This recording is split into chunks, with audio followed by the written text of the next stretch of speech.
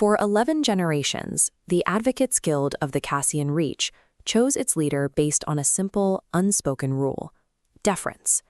Power belonged to whoever had occupied a seat in the chamber the longest. They called it the weight of the chair. Sorrel Okonkwo Vance was 41 years old, an outsider from the remote fringe of the circuit who had built an undeniable winning record. She achieved this by taking cases the senior advocates ignored and refusing to wait her turn. Her mentor warned her early on that the guild didn't reward people for being right, it rewarded them for being patient.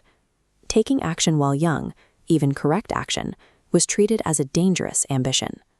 This chart shows the internal arithmetic that terrified the old houses. The 80,000 circuit advocates on the fringe now so thoroughly outnumber the elders in the hall that Sorrel is projected to win the speakership outright. A clean victory by an independent outsider would strip the old guard of their authority.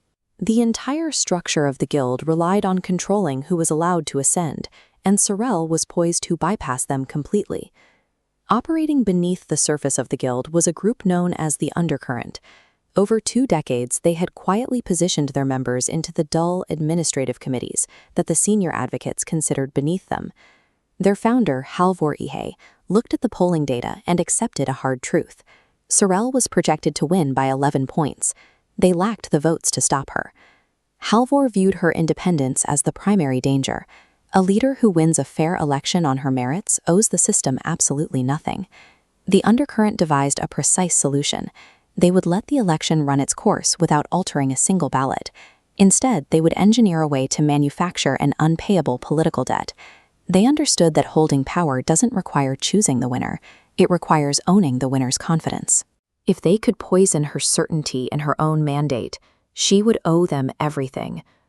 On election night, the Undercurrent's plan found an unexpected ally in bad technology. The moment the polls opened, the voting network's identity confirmation relays buckled under the traffic of 9 circuit worlds. The system issued dead tokens by the thousands, abruptly locking out 60,000 remote advocates. It was a mass exclusion caused by sheer technical failure.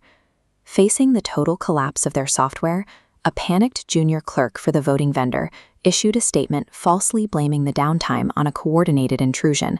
There was no intrusion. The servers were simply inadequate. But that lie, broadcast live by the company itself, handed the Shadow Cabal a perfectly timed, independently verified cover story. As the true votes trickled in, Sorrel secured an overwhelming 19-point lead. The Undercurrent operatives watching the back end left those numbers entirely intact. They executed the fork, copying the election's cryptographic state into a private duplicate. Inside, they rewrote the math backward, shrinking her 19-point landslide to a contestable 2-point margin. They date-stamped these fake entries to perfectly match the real server crashes on the public record. They couldn't hand the data directly to Sorrel without exposing themselves, so they routed the fake ledger through the Whisper Market, an unregulated exchange for compromising intelligence, using anonymous brokers to scrub their fingerprints. 2 days after Sorrel took her oath, a courier with no visible affiliation delivered a single, unlabeled data shard directly to her desk. The shard contained the fabricated proof of a stolen election. The Cabal had secured their leverage without hacking a single machine. They weaponized a flawless lie about a crime they never committed. 11 months into her term, Halvor Ihe requested a private meeting with Sorrel. He laid out exactly how the ledger was forged, admitting the entire operation was designed specifically to ensure her authority came with strings attached. Sorrel knew in her bet she had won fairly, but against a forensically perfect digital forgery that matched public failure logs down to the second, her gut meant nothing. She could never prove her own legitimacy. Over the next decade, Sorrel funneled record investment into the circuit courts she once served and tightened disciplinary standards for the elders. Publicly, she was the champion of the reformer class, but privately, when a crucial oversight bill threatened to expose the Undercurrent's history, she silently killed it in committee. The requests got smaller and more corrosive. When a clerk noticed irregular access logs that could lead back to the Cabal's operatives, Sorrel ensured the disciplinary complaint vanished.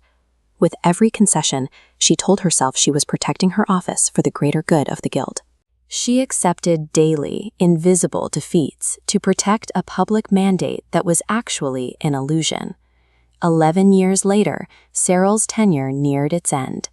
A 36-year-old advocate named Priya Wen Astor emerged as the frontrunner. She was brilliant, deeply impatient with the old rules, and mathematically guaranteed to win a clean election. Serral sat at the head of a table in a closed-door meeting with the latest generation of the undercurrent. The fiery outsider had become the calm, respected senior architect of the exact cabal she once feared. Looking at Priya's polling numbers, Serral echoed the exact logic Halvor had used on her a decade prior. She noted a clean winner owed the caucus nothing, quietly authorizing a forged data shard so the next speaker learned the true cost of power. Because she had successfully modernized the circuit courts and ended the culture of seniority, historians would record Serral's era as the fairest and most progressive the Guild had seen in a century. But the corrupt system never broke. It merely evolved. The final victim of institutional decay is the reformer who ends up wielding it against the future.